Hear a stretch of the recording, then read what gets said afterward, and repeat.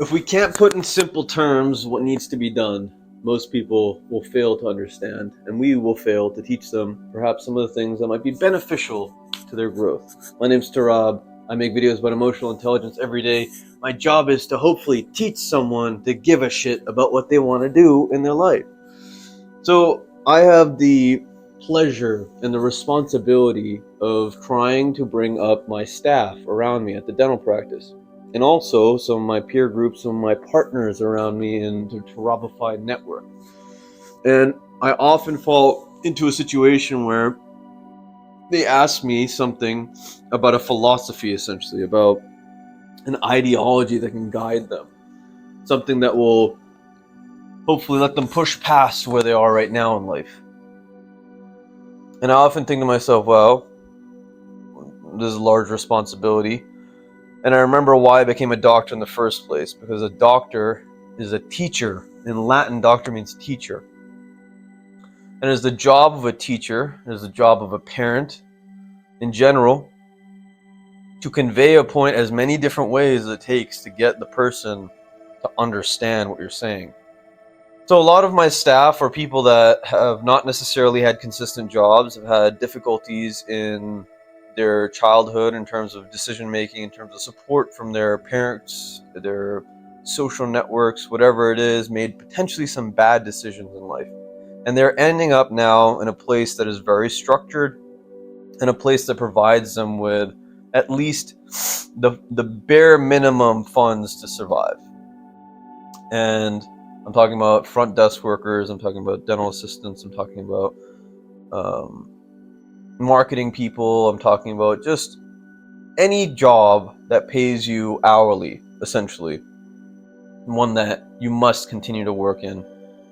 Basically where I'm at, but I get paid a fixed amount of salary per year because of my contract. To accelerate from that point, to say to yourself that I need to break past this, it's a series of unlearning events that need to take place. You need to unlearn, first of all, the philosophies that allowed us to make those bad choices when we were young.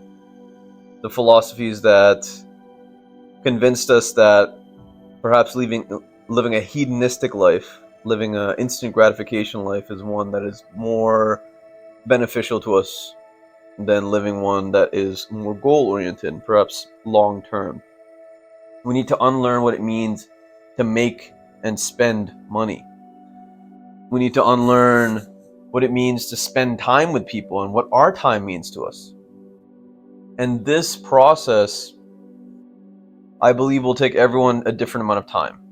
But it really just comes down to the amount of dedication that each of us as individuals has to the process, to the learning. And so I tell my staff, when they ask me, hey, when I ask them, hey, where do you want to go in life, and they say, well, I don't know, I want to have a good house for my kids, I want to have a family, and support my kids in their pursuits. A lot of it just seems very cut and dry, cookie cutter, and it makes sense because many of them have not ventured out to go forth and perhaps read lots of books or explore different philosophies in life, or perhaps even just move out of a state or have the opportunity to travel the world in any capacity. So it makes a lot of sense that people get stuck in a cookie cutter form in life. The thing that I always say to them is, the thing that always connects most with people in at least American society and society as a whole is your value. However much value you have in society is necessarily how much you will get paid. And I go to money most often because I've realized that about 8 months ago, maybe about a year ago now, I keep saying 8 months ago, 8's one of my favorite numbers, probably why, but about a year ago, I started on the journey of convincing myself that money was not evil. That money is not evil in any capacity. It's actually a means to liberation. And I say that in the sense that in order to become a millionaire, you need to be worth $1 million. So to set the goal, as Jim Rohn says, to become a millionaire, there's a lot of shit you have to unlearn. There's a lot of stuff you have to go through. There's a lot more nuisance in life that you will have to put up with in order to achieve that goal. And a lot of people will only really get there in life by pursuing their flow state, essentially something that they're so passionate about they can forget about even existing and just do that thing, and with time accumulate a network. Still need some business acumen to do, but accumulate a network that will allow them to reach that level.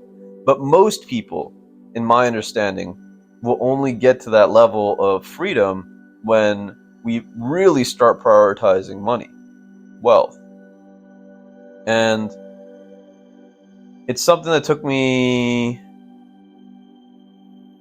26 years, 25 years of my life to understand that the reason money is only evil if your ascent into becoming however X amount of dollars wealthy is one of evil or one of good, one of virtue or one of destruction, one of life or one of death. So I always say to people that in order to become more valuable in society, first and foremost, you must invest in yourself constantly. And second, because I am on the good side, I say that set your intentions as not something that is only beneficial to you. Set your intentions as something that is service motivated.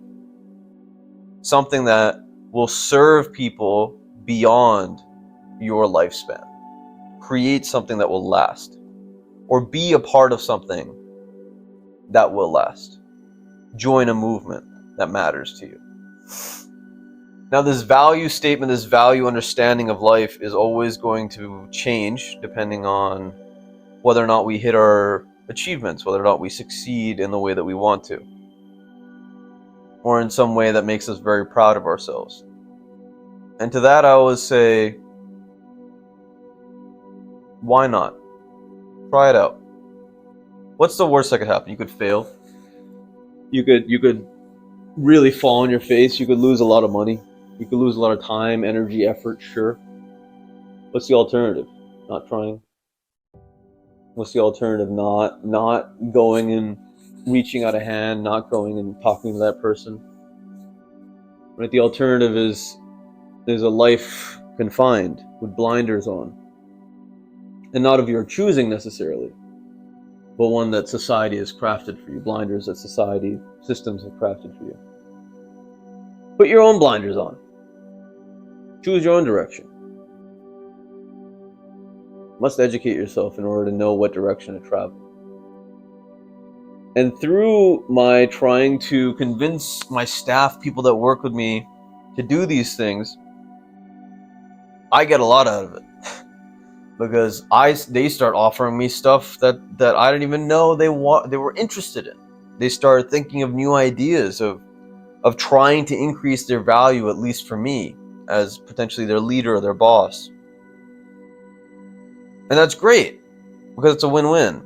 Worst case scenario is they get into a situation, they get in over their heads. They say, I want to take on a task. And I say, sure, go for it. They fail at it.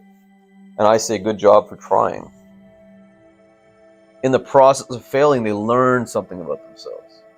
In the process of growing, of going to a different place in life, we learn constants, variables about ourselves. So if you're in a position where you're getting paid minimum wage, you're getting paid X amount of money, and that you know that there's something that you really want to do in life, be it creating artwork or exploring the world or making YouTube videos to inspire people, whatever it is, realize that all of those things do not require you to leave your job. They require you to start genuinely, in a daily sense, investing in yourself.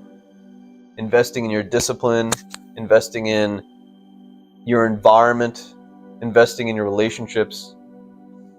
All of those things And relationships, I don't mean like go like neck deep into people that party all day. I mean really prioritize the relationships that require you to grow as a person, that require you to challenge your philosophies.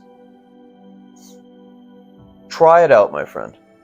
I make this video because I realize that the people that I want to help the most are the ones that know that there is something that they want to do in this life. And there's something that's calling them. They're the people that listen to that little voice of intuition in their head, but just not enough yet. Those people, I want to help you do that thing that you want to do, genuinely. Because I think the world's going to be a better place if you do that thing.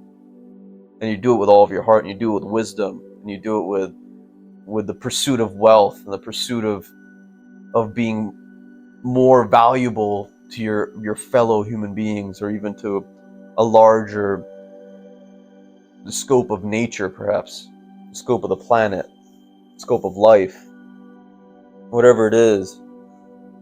You must unlearn some of the fundamentals that you have, and there's no better way to do that than to listen to people that you want to be like, and really listen to them and understand them, and go through how they evolved into this human being, into this person, this soul that you actually enjoy listening to or trying to understand.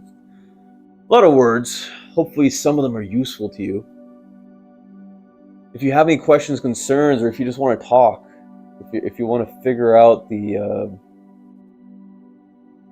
path, or at least a semblance of the path that might not be cut through very well in the woods, but you see that someone's gone there, maybe tens of someone's, and you're worried that you might get stung, or you're worried about perhaps getting lost, reach out.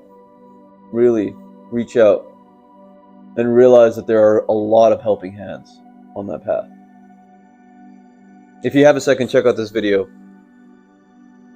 I hope it actually does inspire you to take a hold of that little intuitive voice in your head, and to realize that life is kind of this gray zone where you can manipulate it in a beautiful sense.